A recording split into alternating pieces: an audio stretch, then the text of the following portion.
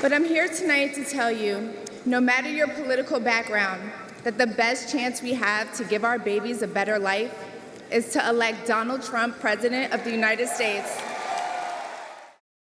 What is going on, family? So we have Amber Rose who spoke at the RNC convention on day two. I think this is really interesting. Amber Rose, when you really look at it, she's kind of like the poster child. If you want to go by stereotype, she's the poster child for liberalism. You know what I'm saying? She is the founder of the Slut Walk.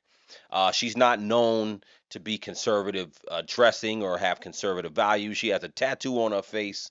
So this is somebody you typically would probably see at the Democratic National Convention. But times are changing. She was not a Trump supporter. She thought he was a racist. She talked to her dad. I don't know if her dad is white or black. I really don't know. But her dad is a Trump supporter. But most importantly, I'm a mother. My whole world revolves around providing for my children, keeping them safe, and giving them an opportunity for a better life. That's something that unites all American parents, whether we're Republicans, Democrats, conservatives, or liberals. We all want a better country for our children. Now, you may be wondering why I'm up here telling you this. I'm no politician, and I don't want to be, but I do care about the truth.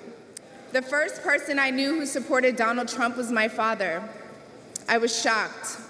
My entire family is racially diverse, and I believed the left-wing propaganda that Donald Trump was a racist. My father said, "No, he's not, Amber. What are you talking about?" And when I insisted, he said, "Prove it." So to prove my father wrong, I did my research and looked into all things Donald Trump. Okay, let me pause it there. So she went ahead and did her research into all things Donald Trump. Did she actually do research? I don't know. But I'm going to take her at face value and say that she did. The reality is that who's a racist? Donald Trump or Joe Biden? It doesn't really matter. At the end of the day, you don't know who a racist is.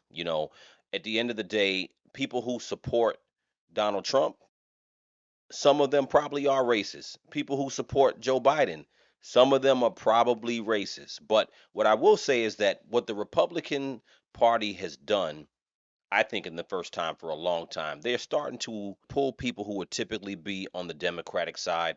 And this time around, they're really attracting someone who would typically be liberal. I realized Donald Trump and his supporters don't care if you're black, white, gay, or straight. It's all love. Okay, I got to stop right there because I don't know if that's necessarily the Republican Party per se. But listen, that may be just a stereotype. Things are changing, the world is changing, like I said. But she did say it. The crowd cheered, and obviously, they probably had to know she was going to say something like that. And if the party is opening up to that, the Republican Party is opening up to being very inclusive in that sense. They are definitely about to poach a lot of Democratic and liberal votes.